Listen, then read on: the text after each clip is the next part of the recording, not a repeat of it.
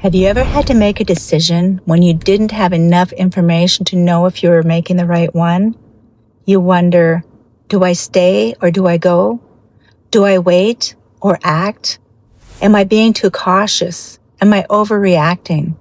If you've watched the news lately, you've seen that many communities around the world are experiencing crazy weather. Wildfires, floods, earthquakes. It's insane. It's even crazier when the warning to evacuate hits your phone. Welcome back to my channel. For those of you who are new here, my name is Mona, and I help highly stressed people return to their true center. Once upon a time, earlier this week, my family and I were in Spokane, Washington. We had a family adventure, and we were already packed up and ready to leave when we got a warning to evacuate on our phones.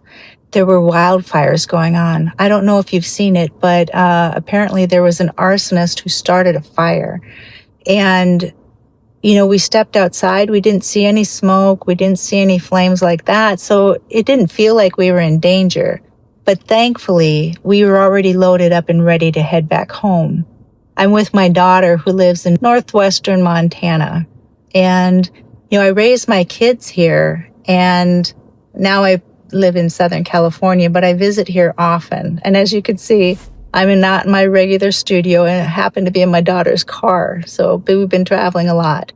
And we were able to get home. And when we got back to my daughter's house, we saw the news report and how the devastation in Spokane is just mind-boggling.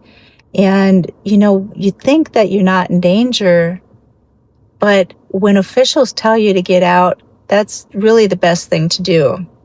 Now, I understand it's not the easiest thing to do because I've had personal experience a few different times. Back in, I think it was 2024, early 2024, I got another warning on my phone saying that there were flash floods in the area. And I didn't really listen to it because I went outside just like with Spokane. I went outside and it was lightly sprinkling. But I live up on a hill and I had an appointment down the hill. It was less than a mile from my house.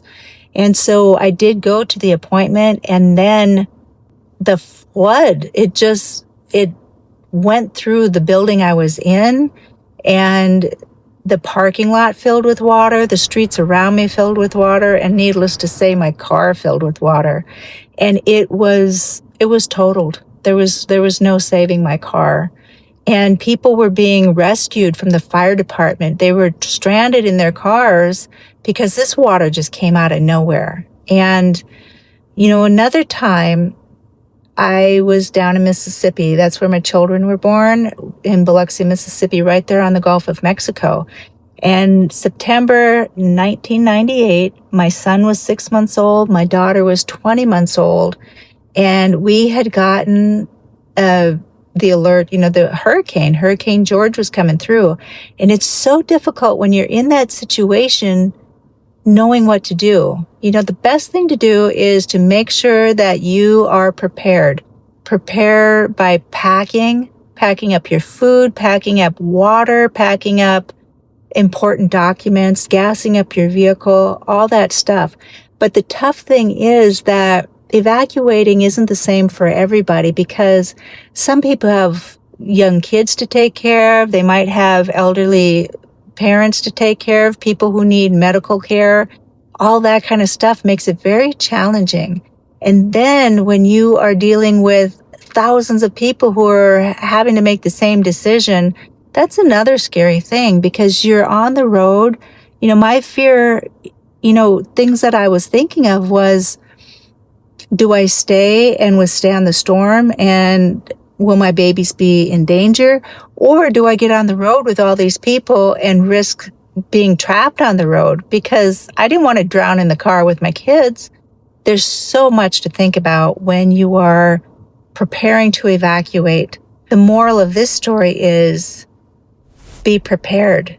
When you prepare for an emergency ahead of time, you have made all sorts of decisions that are wise, and you're able to breathe so your brain is oxygenated. You're able to think clearer, So you will probably have the correct documents that you might need. You might have money set aside. You'll have the water that you need, the food that you need. You'll have gassed up your vehicle. You'll have made plans to either stay at a hotel or family and friends. But if you leave all of that until the emergency happens, then panic sets in and you don't make the right choices all the time. And then that can put you in even more danger. So I hope that you are safe, and I hope that you don't have to evacuate from anything. And until next time, I wish you peace, love, and happiness.